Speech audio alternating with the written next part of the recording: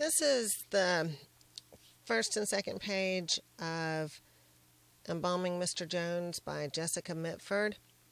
And this is the reading that you're going to be working with in units or modules 4 and 5. And so the process is that in module 4, you read the essay and you discuss the essay on the module discussion board, and then you pick a topic that you could conceivably write a process essay on. You don't have to have the process in mind yet, but you're going to do some research on that larger topic. And you can actually choose from the writing topics on page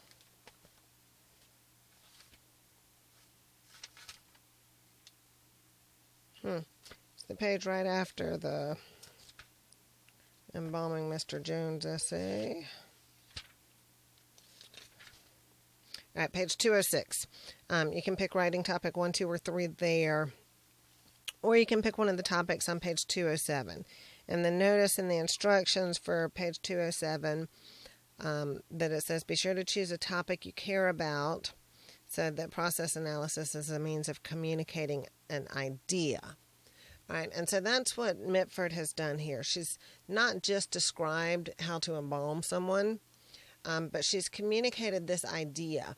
And her idea behind embalming is that it's kind of ridiculous. She's pointing out the absurdities of it to us. And so it's the tone, it's the word choice, it's the detail that she provides that convey that tone to us. She doesn't come right out and say this is a ridiculous process, but instead through her writing we can interpret her opinion. All right, so that's what you're going to do, is pick a topic that you can describe some process within and convey your attitude toward that subject through your description of the process. All right, so module 4, you're just selecting research. You're reading up on your topic, and you're going to give an oral presentation on the research that you found. All right, then module 5, you'll narrow down that research. You'll pick one process, and you'll write a process analysis essay, sort of mimicking Jessica Mitford here, in which you convey your attitude toward the process and explain how the process is done. All right, so there are little mini lectures and examples throughout modules 4 and 5 to guide you through that whole process. Right now, I just want to get you familiar with her essay and some of the things that she does in it. All right, so her first sentence, the drama begins to unfold with the arrival of the corpse at the mortuary. All right, that clearly sets up that she sees this as drama, and that we're going to be discussing what happens following the arrival of the corpse at the mortuary. All right, so her introduction paragraph is just one sentence, and it conveys both the attitude and the process that is being described. All right, and then she moves into a reference to Shakespeare and conveys this very lively style with the reference to Yorick. And she uses great verbs. This whole sentence is just verbs, great verbs. Whisked, sprayed, sliced, pierced, pickled, trussed, trimmed, creamed, waxed, painted, rouged, and neatly dressed. All right, so those are the parts of the process that she is going to be describing to us. We can tell by some of her word choices how opposed to this method of embalming she is, such as that it's important to choose a suitably costly container, without first consulting the family. Right? So she seems to be blaming the embalmer or the funeral director there for doing things without regard to the family. And then she takes us through a lot of support. She's done her research, and she incorporates her research well in this essay. She's also done a lot of first-hand research, and so there is a lot in this essay, particularly on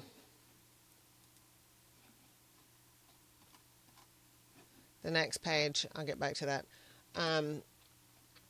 Showing, or there's a lot of first-hand research that she doesn't have to cite because she's the one who was there watching, observing, and so it's written from stuff that she learned by doing this.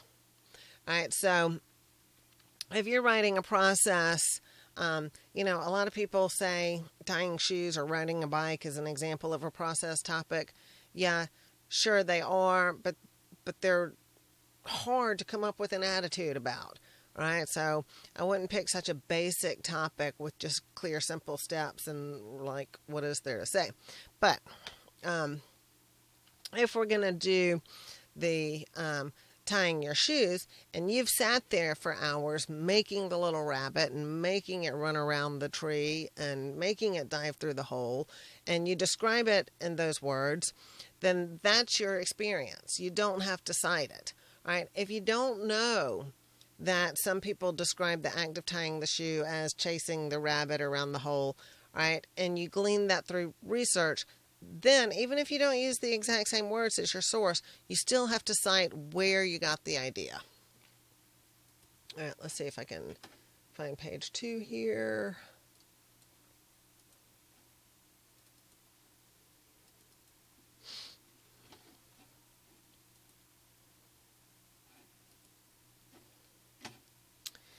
Okay, right, so all of this list of products that they use in the funeral home. All right, she was there. She saw those products. She looked at the catalogs in the funeral home. And so she doesn't have to cite that the funeral home has these products in it because she went there and she saw it.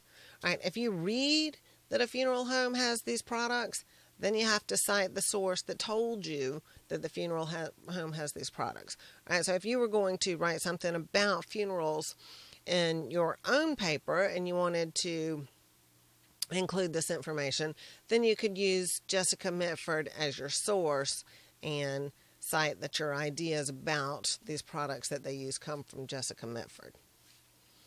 All right, so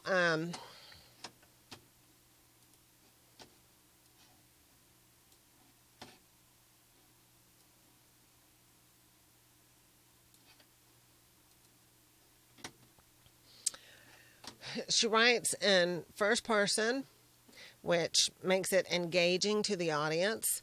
Back on that previous page, the whole second page of the essay is basically saying that America is totally uninformed about what goes on and why.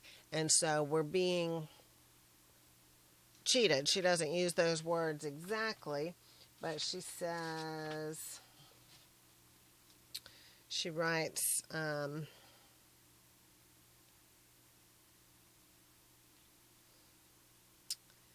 that we are docile about the millions of dollars we're spending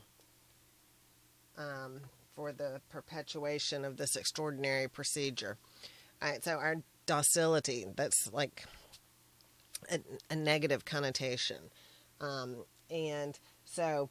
Anyway, paragraphs 4 and 5 are really her justification of why she needs to write this essay, because most of us don't know anything about this process, yet it's going to hit us at some point. We're going to have to get involved with it at some point.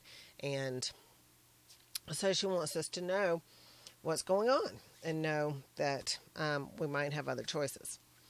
All right, so you're going to... When you get in Module 5 to writing your essay, you're going to have some justification section in your essay like that. Why is this a process that you need to explain to people? All right.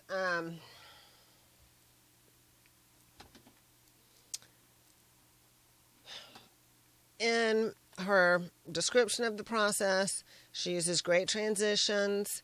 The body is first laid out. Right? She takes us through each transition in chronological order, and that is exactly what a process essay does. And wraps it up with the sentence that again highlights the absurdity that she sees in the process. That after he's all embalmed, here he will hold open house for a few days, visiting hours 10 a.m. to 9 p.m. So we get her point of view. She's writing it in a funny tone, that she includes all of these details about the tan or the pink or the, just lots and lots of details that make it seem sort of absurd. It seems laughable.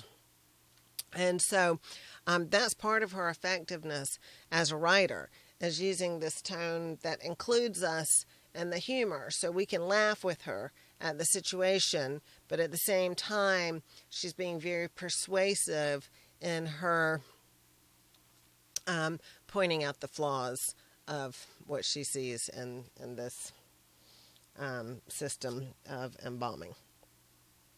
Okay, so next, you're going to look up some information on Jessica Mitford after you read the whole essay. If you haven't read the essay, read that, and then look up some information on Jessica Mitford. Find out about what, besides this essay, she ever did in her life. And then go to the discussion board, the module discussion, and discuss what you found out about her and whether it changed anything that you think about this essay or her writing or her bias towards the subject or against the subject, or any of her qualifications to speak on the subject.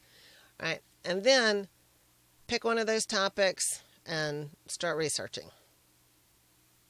Have fun.